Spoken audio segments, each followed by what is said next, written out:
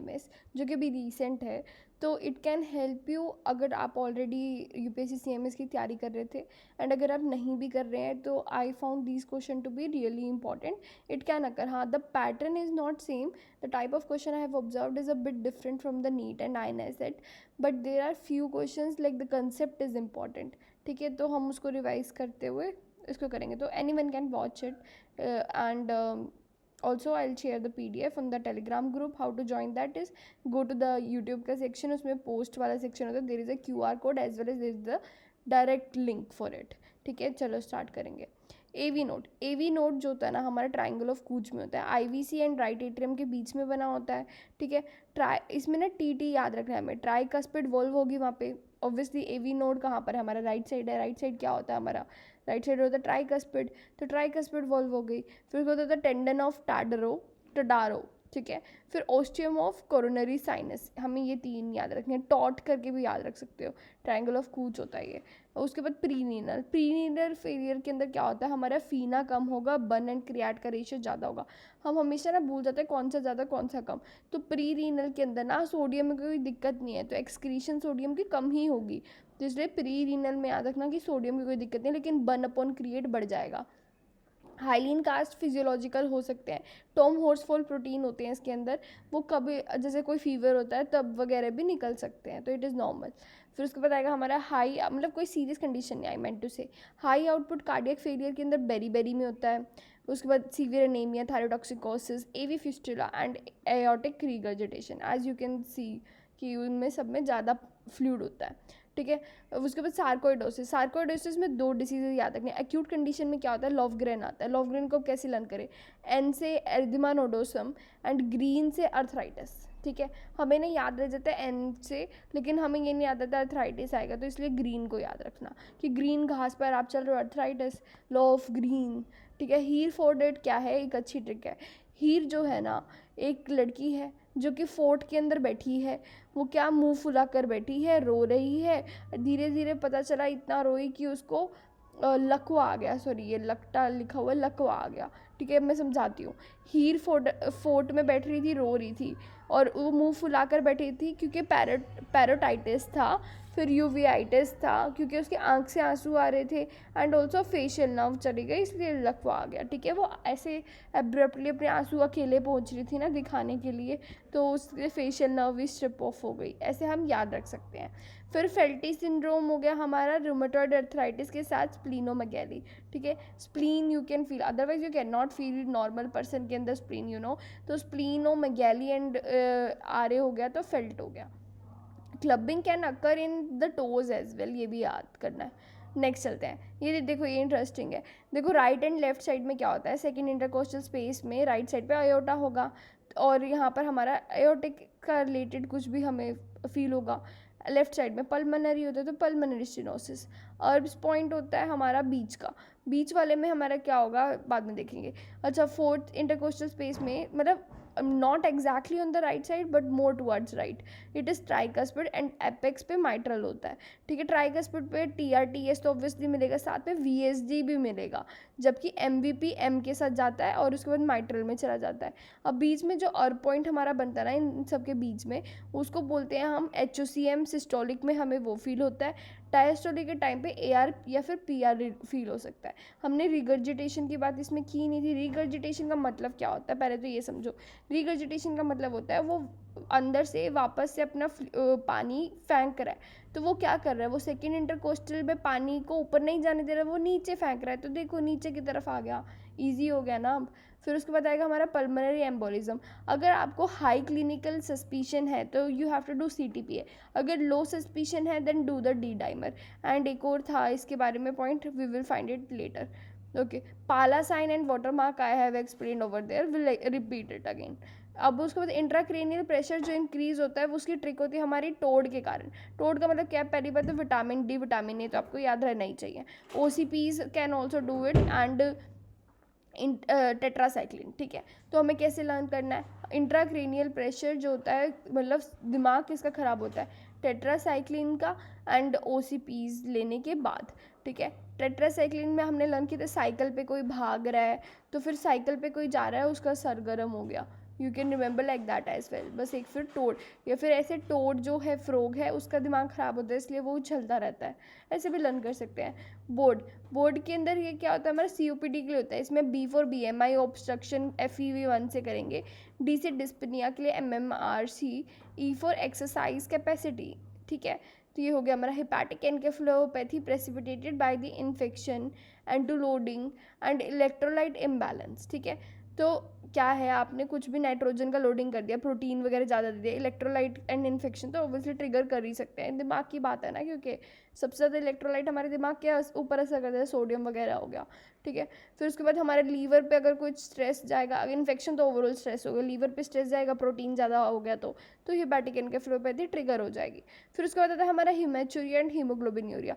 हीमेचुरिया में क्या होता है, यूरिन माइक्रोस्कोपी, RBCs के कास्ट प्रेजेंट होते हैं, ठीक है, ग्लोमेरुलोपैथी पैथोलॉजी में। एंड हीमोग्लोबिन यूरिया के अंदर कोई RBCs नहीं मिलेगा, इंट्रावेस्कुलर हीमोलाइसिस होगा, ठीक है। इसको वापस से समझते हैं, हीमेचुरिया मतलब खून मिल रहा है आपको यूरिन के अंदर, तो RBC कास्ट के फॉर्म में मिलेगा, ठीक है। ग्लोमेरुलस की पैथोलॉजी होगी इसलिए कास्ट आएगा ऑब्वियसली, ठीक है। लेकिन हीमोग्लोबिन यूरिया में क्या होता है कि ऑलरेडी हीमोग्लोबिन टूट चुका है, वो इतना लाइस कर चुका है, तो you will not see any intact RBC, haemolysis के कारण होता है। हीमोग्लोबिन मतलब आपका हीमोलाइसिस, और ये कहीं और से टूटता टूटता आया है हमारे किडनी से।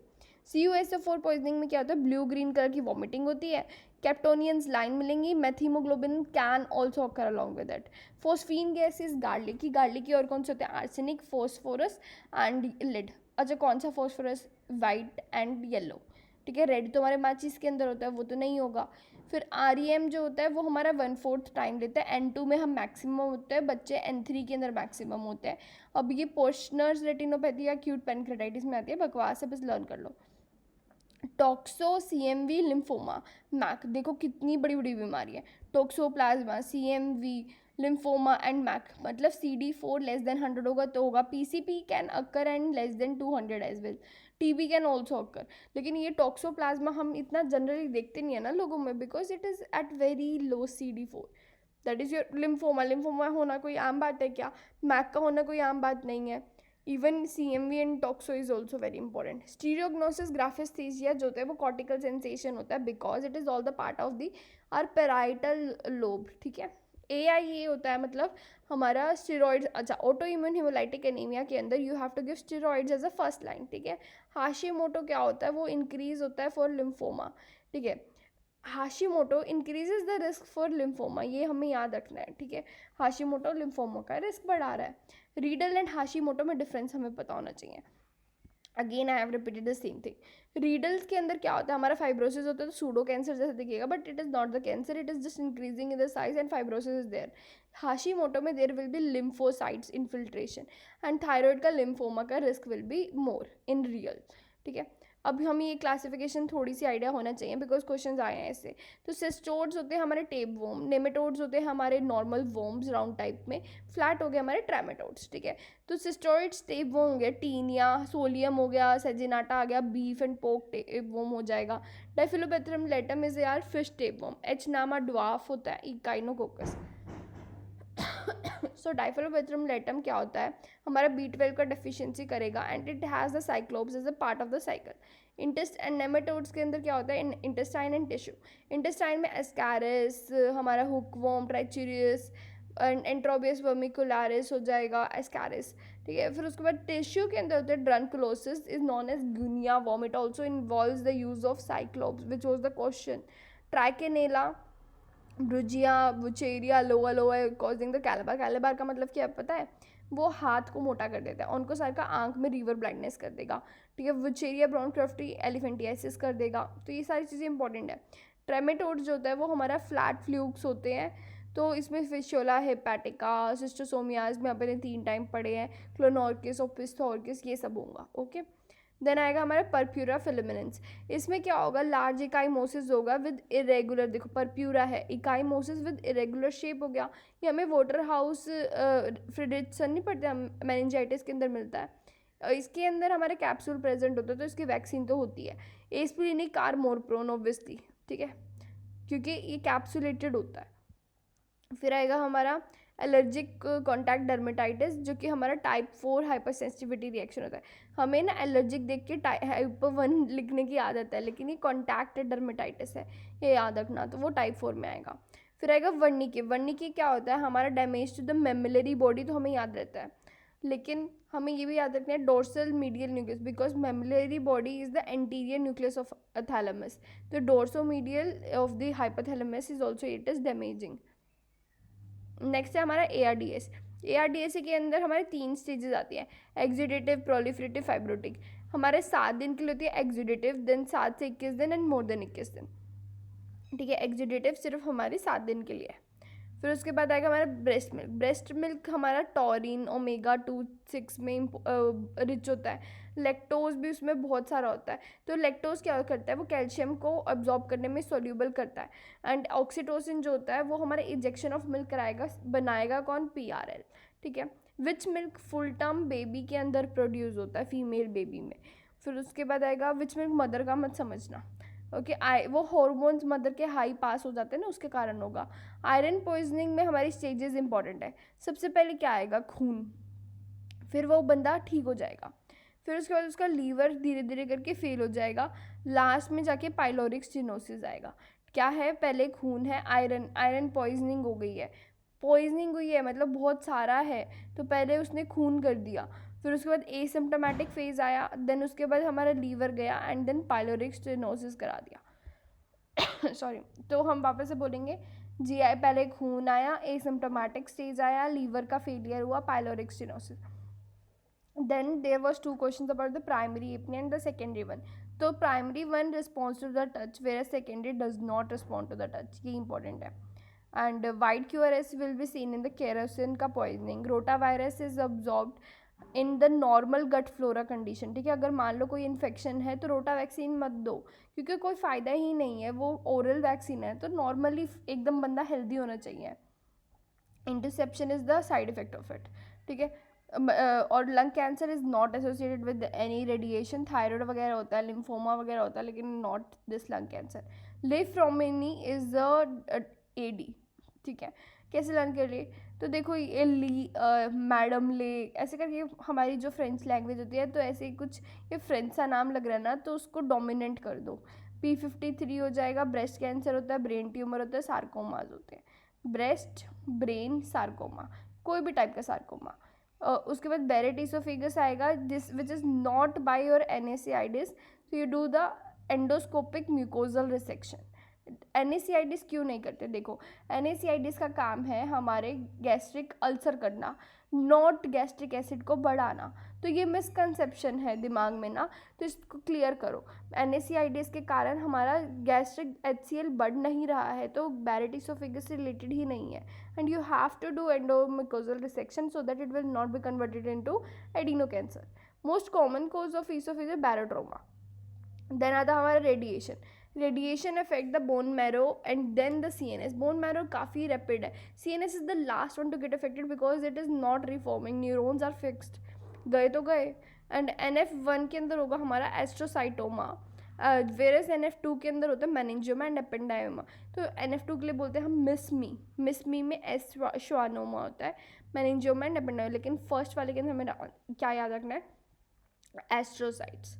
ठीक है, फिर उसके बाद आता है हमारा pulmonary embolism, I told you right we will do. तो पाला जो होता है वो वेसल साइन होता है पल्मोनरी आर्टरी। हैम्पटन हो गया हमारा इन्फार्क्ट का साइन। फिर उसके बाद आएगा हमारा डैमेज कंट्रोल, CAH का अच्छा है ना, CAH लर्न करो। कोएगुलोपैथी, मेटाबॉलिक एसिडोसिस एंड हाइपोथर्मिया, लेकिन हमें ये पता होना चाहिए कैसे लर्न करें। Less than 7.2 and less then 35 होता है, तो 3 + 5 = 7। ठीक है, ये मेरी ट्रिक नहीं है, मैम की ट्रिक है। एंड 5 - 3 = 2। ठीक है, तो 7.2 एग्जैक्ट लर्न हो गया, आपको 35 भी याद हो गया।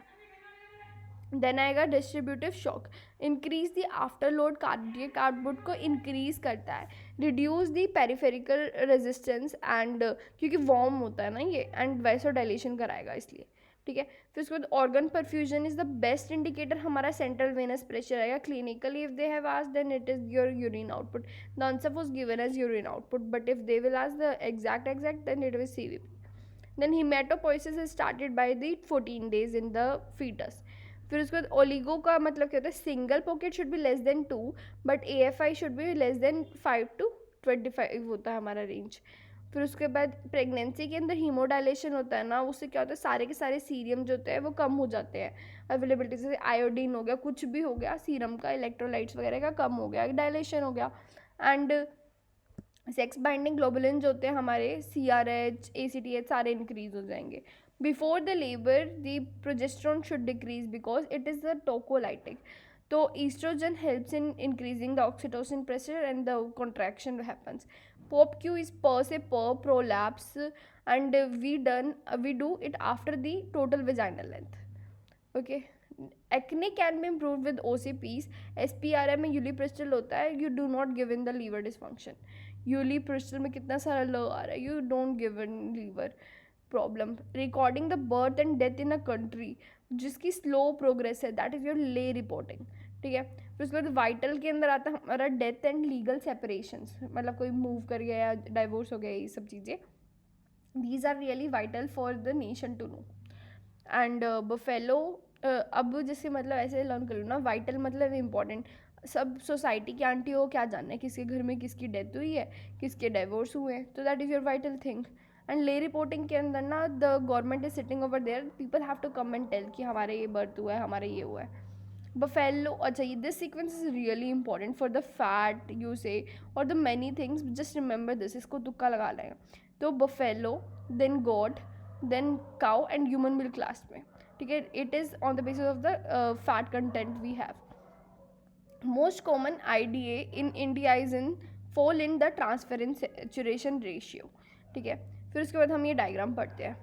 आई एग्री कि डायग्राम नहीं आते हैं, बट वैसे भी ये जानना बहुत इंपॉर्टेंट, तो इसको कवर करेंगे। देखो कॉपर टी जो है उसके टी के ऊपर भी कॉपर है, मतलब सबसे ज़्यादा कॉपर, 380 से ऊपर कॉपर नहीं आता, तो 380 कॉपर में 10 कर दो, इसको 10 ईयर्स के लिए हो गया।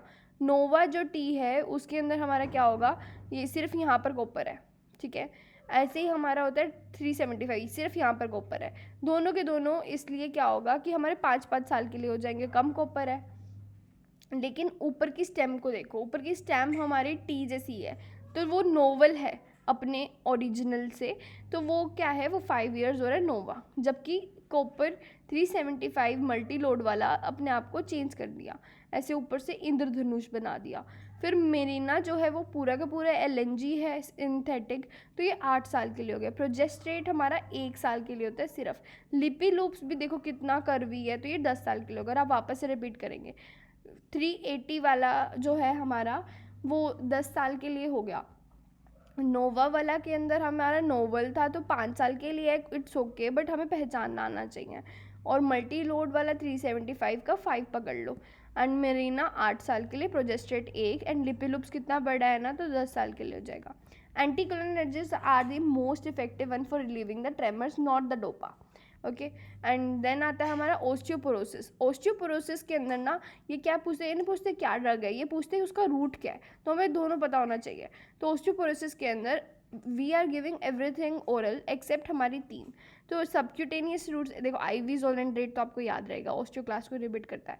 टेरीपेराटाइट जो है वो ओस्टियोब्लास्ट को मतलब बढ़ाता है, that is your subcutaneous. Denosumab जो है वो भी ओस्टियोक्लास्ट को इनहिबिट करता है by RANKL, and that is also subcutaneous.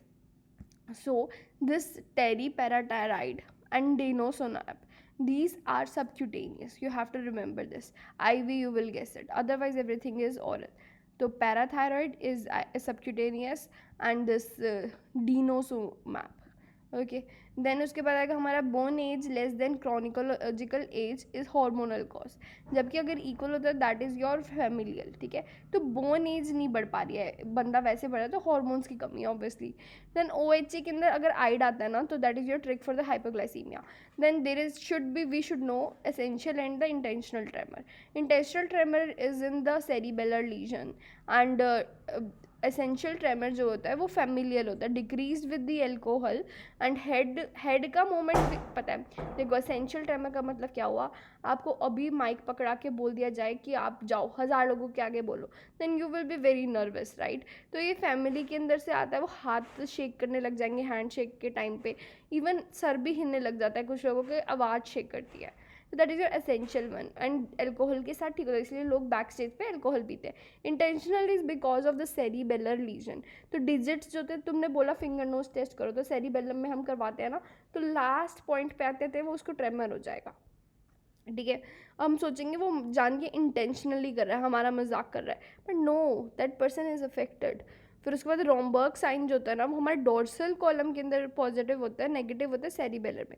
Because in case of dorsal column we are checking for the proprioception and all, तो we will ask the patient to close their eyes and then the person will fall because otherwise the sight seeing was helping. But in case of cerebellar, वो तो वैसे आँख खोल के भी गिर रहा है बिकॉज गेट है ना उसके पास सेरिबेलम के कारण. उसके बाद आर्म स्विंग जो होती है साथ में गेट. तो पार्किंसोनिज्म के अंदर क्या होता है, आर्म स्विंग भी हमारी लॉस्ट हो जाती है, क्योंकि वो ऐसे इमेजिन करो ना, वो रोल पिलिंग में चल रहा है और इसकी फिर इसलिए आर्म स्विंग लॉस्ट हो गई, जबकि एनपीएच में इट इज़ प्रिजर्व्ड. फिर उसके बाद आएगा हमारा protein losing enteropathically you will check the protein, तो that is your alpha antitrypsin. जबकि हमारा elastase is for the pancreatitis, calprotectin is for your inflammatory. And देखो, इन्फ्लामेटरी से तुम प्रोटेक्ट रहो, कोई भी इन्फ्लामेशन नहीं होनी चाहिए. Breath test is for H pylori. ठीक है, तो हमने क्या किया, alpha antitrypsin and elastase calprotectin. फिर उसके बाद आएगा हमारा ओरल एंटीकोएगुलेंट्स. ओरल एंटीकोएगुलेंट्स में हमारा warfarin and 10A inhibitor. Okay, in this also what they are asking is what is the orally you give. ठीक है, तो वॉरफेरिन जो होता है यू कैन गिव orally. उसके बाद हमारा जो 10A इनिबिटर्स होते हैं यू गिव orally. उसमें से एक्सेप्शन होता है fondaparinux, you cannot give, that is your also 10 inhibitor. And dabigatran you can give, dabigatran, X inhibitors and warfarin. High anion gap का mud pile stick is amazing. तो methanol, uremia, DK, propylene glycol, INH iron, lactic acid and then ethylene glycol and salicylate. ठीक है, just mud piles फंस जाओ तो इसको refer कर सकते हो.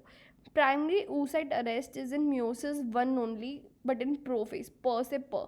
Secondary is in metaphase. ठीक है, ये याद रखना है. डिप्लोटिन स्टेज होती है पहले वाले में.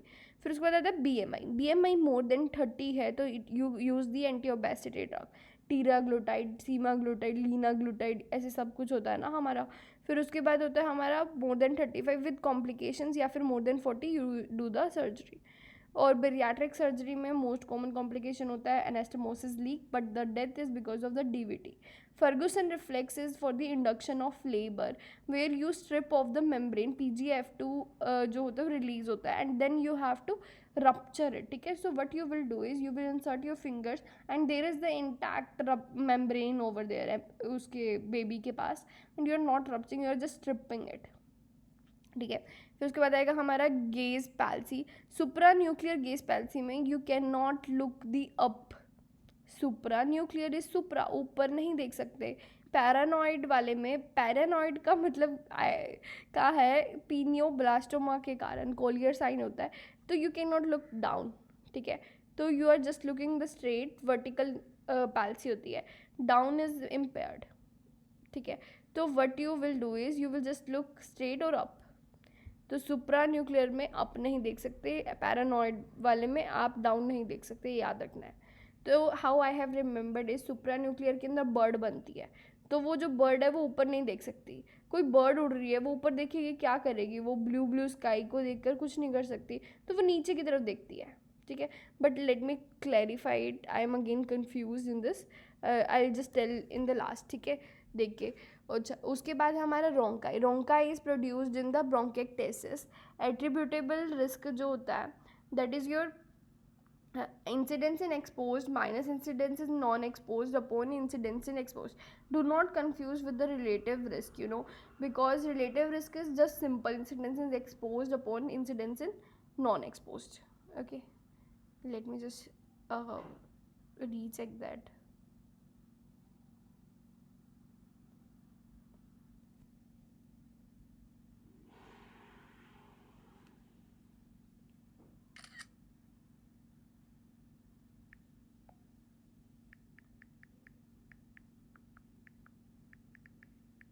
ओके, विल रीड आगे, उसके बाद I will come to back.